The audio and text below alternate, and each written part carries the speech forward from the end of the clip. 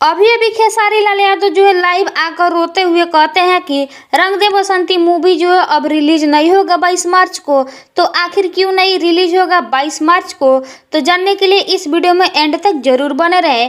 तो खेसारी लाल यादव का जो है एक मूवी आने वाला था, देशभक्ति मूवी था। इसमें जो है काफी मोटी रकम लगाई गई है, लेकिन अब जो है 22 मार्च को रिलीज नहीं होगा, क्योंकि यह मामला जो है कोर्ट में पहुंच चुका है।